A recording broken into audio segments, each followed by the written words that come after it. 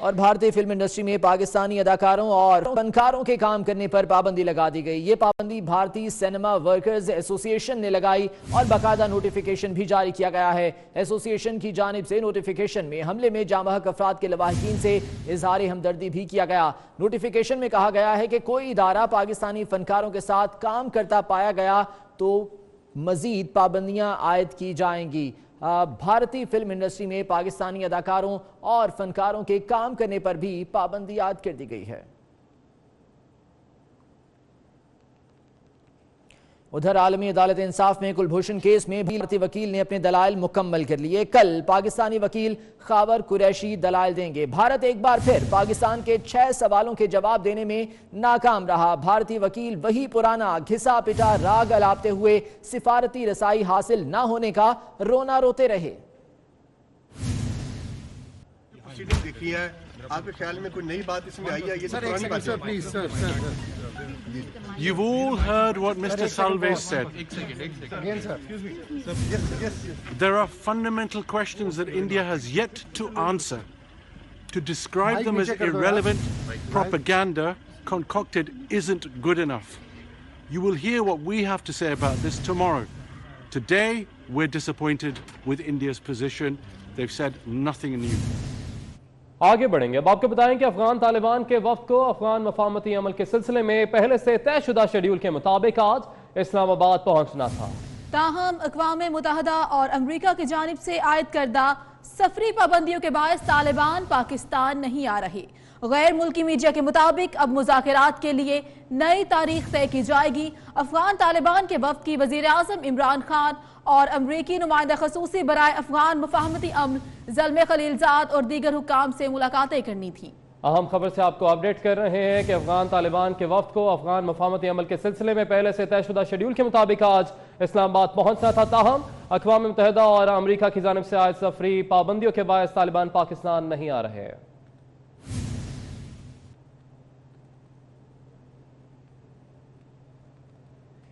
اب چڑیا اندر کی خبریں لائے گی 24 نیوز کے لیے. صحافت کا بڑا نام سابق چیئرمین پی سی بی اور پی سی ایل کے بانی نجم سیٹھی 24 نیوز کا حصہ بن گئے. جلد 24 نیوز کی سکرین پر ناظرین جان سکیں گے اپنے پسندیدہ صحافی اور دانشور نجم سیٹھی سے اندر کی خبریں اور تجزیے.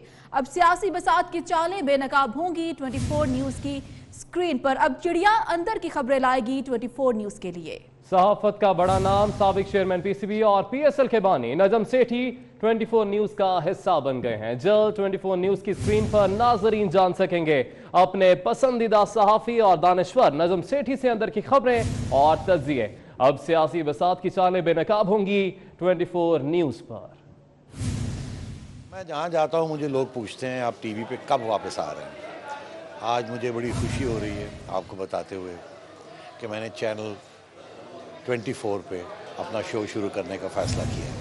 میں نے سٹی نیوز نیٹ ورک جوائن کر لیا اور انشاءاللہ مارچ میں آپ کے سامنے حاضر ہوں گا. میں جہاں جاتا ہوں مجھے لوگ پوچھتے ہیں آپ ٹی وی پہ کب واپس آ رہے ہیں. آج مجھے بڑی خوشی ہو رہی ہے آپ کو بتاتے ہوئے کہ میں نے چینل 24 پہ اپنا شو شروع کرنے کا فیصلہ کیا ہے.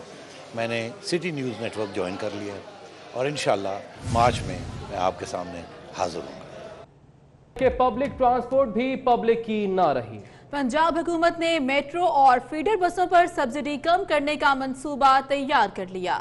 عوام پر 3 ارب 60 کروڑ کا اضافی بوجھ پڑے گا. میٹرو بس کے اخراجات اب عوام سے وصول کیے جائیں گے. پبلک ٹرانسپورٹ بھی اب پبلک نہیں رہے گی. پنجاب حکومت نے میٹرو اور فیڈر بسوں پر سبسڈی کم کرنے کا منصوبہ تیار کر لیا ہے. عوام پر 3 ارب 60 کروڑ روپے کا اضافی بوجھ پڑے گا. میٹرو بس کے اخراجات بھی اب عوام سے وصول کیے جائیں گے.